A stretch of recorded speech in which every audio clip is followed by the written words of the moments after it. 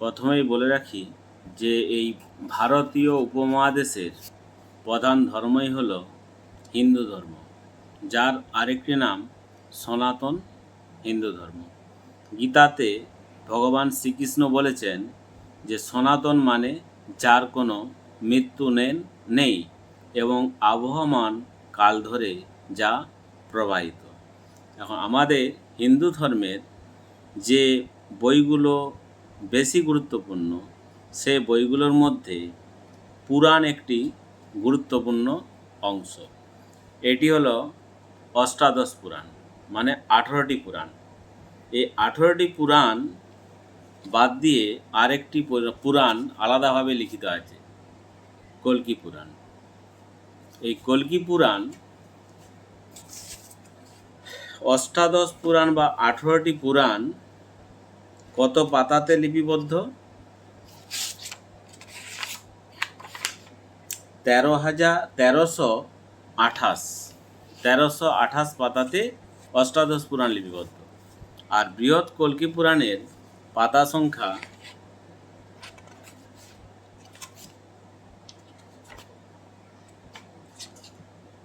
349। পুরাণ কি জিনিস না, পুরাণ সম্পর্কে যেটা প্রথম সেটা হচ্ছে বিশ্বের আধ্যাত্মিক সাহিত্যের আকাশে অষ্টাদশ পুরাণ সূর্য চন্দ্র ধ্রুবতারা সম অষ্টাদশটি উজ্জ্বল জ্যোতিষ্ক, এদের অপরিসীম আলোয় আলোকিত সাহিত্য জগৎ। পুরাণ এক অসামান্য জ্ঞান সমৃদ্ধ সাহিত্য সম্ভার, যার মধ্যে আত্মগোপন করে আছে মানব জাতির সামাজিক, আধ্যাত্মিক, বৌদ্ধিক, সাংস্কৃতিক সত্তা তথা পৌরাণিক যুগের জ্ঞানগর্ম ও বুদ্ধিদীপ্ত সমাজচিত্র। মহর্ষি বেদব্যাস জনশিক্ষার ব্যাপক প্রসারের দিকে লক্ষ্য রেখে বিচিত্র তথ্য, ভক্তি, জ্ঞান, দর্শন ও কাব্যের সোনালী মোড়কে পুরাণগুলিকে সুন্দর ও সুললিতভাবে লিপিবদ্ধ করে গেছেন। তার এই অসাধারণ কৃতিত্বের জন্য আজ সংস্কৃত সাহিত্য জগতে সুউচ্চ পর্বতের মতোই শোভা পাচ্ছেন। এখানে তিনি বলছেন, মানুষ যাতে প্রাচীন ভারতের পৌরাণিক কাহিনীগুলি জেনে প্রাচীন ভারত সম্পর্কে একটি গভীর জ্ঞান অর্জন করতে পারেন, সেজন্যই আমার এই প্রয়াস। তাই আমি সমগ্র পুরাণ থেকে শ্রেষ্ঠ আখ্যানগুলিকে তুলে এনে আমার এই গ্রন্থে মাল্যরূপে সাজিয়েছি। আমার আধ্যাত্মিক অভিযাত্রার এক একটি রূপকে পরিস্কৃত করতে সচেষ্ট হয়েছে মাত্র ভারতীয় মনন ও মানসিকতাকে লক্ষ্য করেই আমার এই পুরাণ জগতে বিচরণ। অষ্টাদশ পুরাণ কি না, ব্রহ্মাণ্ড পুরাণ, বিষ্ণু পুরাণ, ব্রহ্ম বৈবর্ত পুরাণ, বরাহ পুরাণ, লিঙ্গ পুরাণ, ভবিষ্য পুরাণ, ভাগবত পুরাণ, মার্কেন্ডেয় পুরাণ, পদ্ম পুরাণ, গরুড় পুরাণ, অগ্নি পুরাণ, ভাগবত পুরাণ, অগ্নি পুরাণ, শিব পুরাণ, স্কন্দ পুরাণ, ব্রহ্ম পুরাণ, কুর্ম পুরাণ, বামন পুরাণ, নারদীয় পুরাণ, মৎস্য পুরাণ, আর একটি বৃহৎ কল্কি পুরাণ। অষ্টাদশ উপপুরাণগুলির নাম বায়ু পুরাণ, কল্কি পুরাণ, যে কল্কি পুরাণ বৃহৎ কল্কি পুরাণ যেটা দেখালাম, কালিকা পুরাণ, বৃহন্নারদীয় পুরাণ, কপিল পুরাণ, দুর্বাসা পুরাণ, শাম্ব পুরাণ, নন্দী পুরাণ, পরাশর পুরাণ, আদিত্য পুরাণ, বশিষ্ঠ পুরাণ, সৌর পুরাণ, বরুণ পুরাণ, মহেশ্বর পুরাণ, নৃসিংহ পুরাণ, ভার্গব পুরাণ, মরিচ পুরাণ, দেবী পুরাণ।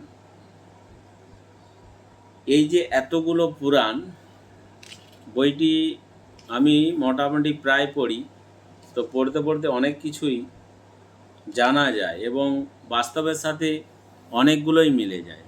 যেমন আমি যদি এই পুরাণ থেকে কল্কি পুরাণটির সারাংশ পড়ে শোনাই, তাহলে বুঝতে পারবেন যে কতদিন আগে লিখিত বইটি কি সুন্দরভাবে সব বর্তমান অবস্থাটিকে ব্যাখ্যা করা আছে। কল্কি যুগ কথন, খ্রিস্টপূর্ব 3100 বছর আগে কলিযুগ শুরু হয়েছে। দাপর যুগ শেষ হতে না হতেই মানুষের মনে হিংসা, অনুসূয়া, মিথ্যা, মায়া, চাতুরী, ছলনা, প্রতারণা শুরু হয়ে যায়।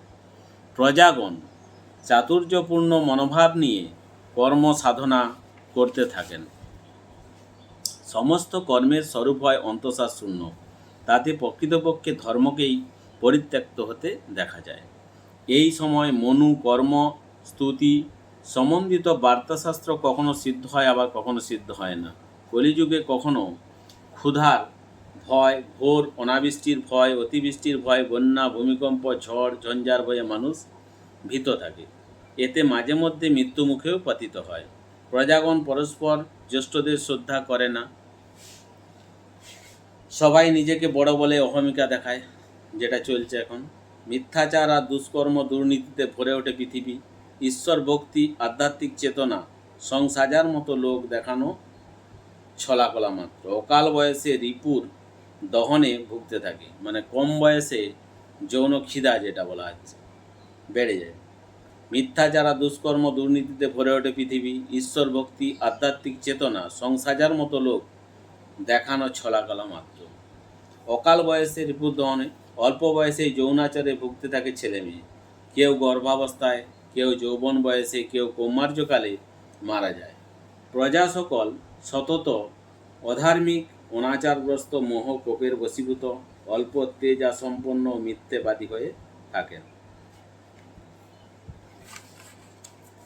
বিপ্রদের অঙ্গহীন অবিহিত যাগযজ্ঞ, অবিহিত অধ্যয়ন, নিন্দিত আচার, নানাবিধি দুষ্কৃম কর্মের প্রভাবে প্রজাদের মনে ভয় জাগরিত হয়। ফলে তাদের মনে হিংসা, মায়া, ঈর্ষা, ক্রোধ, অনুসূয়া, অক্ষমতা, মিথ্যা আরোপ সর্বদাই থাকে।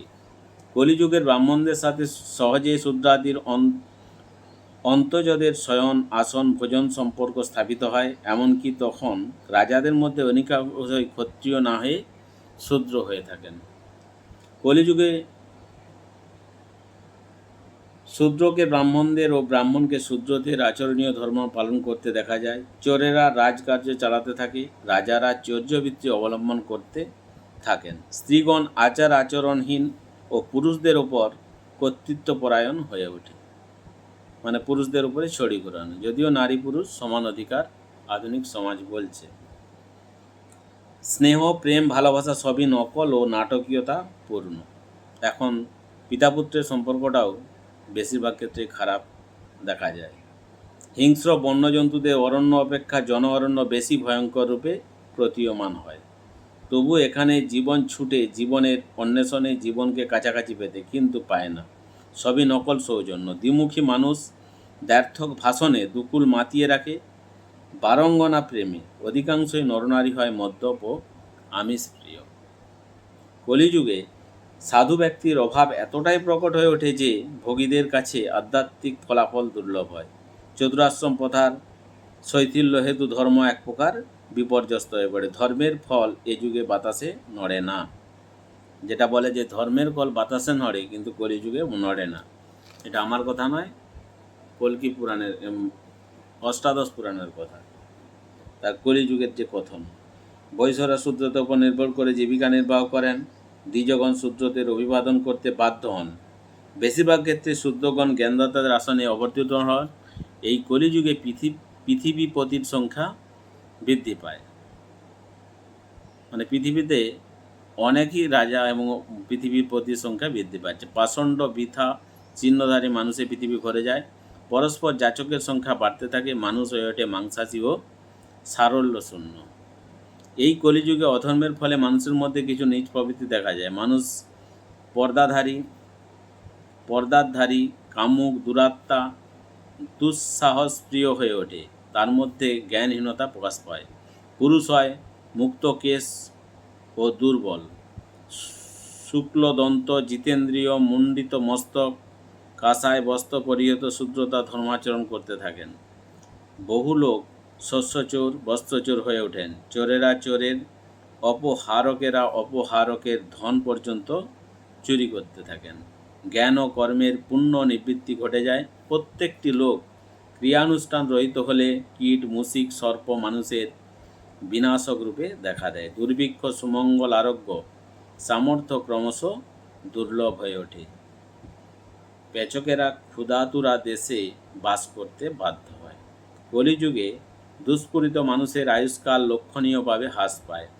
বেদসমূহ প্রায় দুর্লভ হয়ে ওঠে, যজ্ঞ অধর্ম পীড়িত হয়ে উৎপন্ন হয়, কষায় বস্ত্র পরিহিত গ্রন্থবিহীন সূত্র কাপালিকেরা প্রবল হয়ে ওঠেন। কেউ বেদ ব্যবসা করেন, কেউ কেউ তীর্থ ব্যবসা, দেবতা ব্যবসা, মহারাজ ও সন্ন্যাসী ব্যবসা করেন। এখন মহারাজ সন্ন্যাসীর সংখ্যাও বেড়েছে। ধর্ম ব্যবসা বলতে কীর্তন ব্যবসা, আর মন্দিরে মন্দিরে উপঢৌকন। কেউ আবার হয়ে ওঠেন বর্ণাশ্রম পরিপন্থী পাষণ্ড। কলিযুগ সূচিত হওয়ার সময় থেকেই বেদ অধ্যয়ন ক্রমশ কমে আসে। ধর্মার্থ বিষয়ে শূদ্ররাই সর্বসর্বা হয়ে ওঠেন।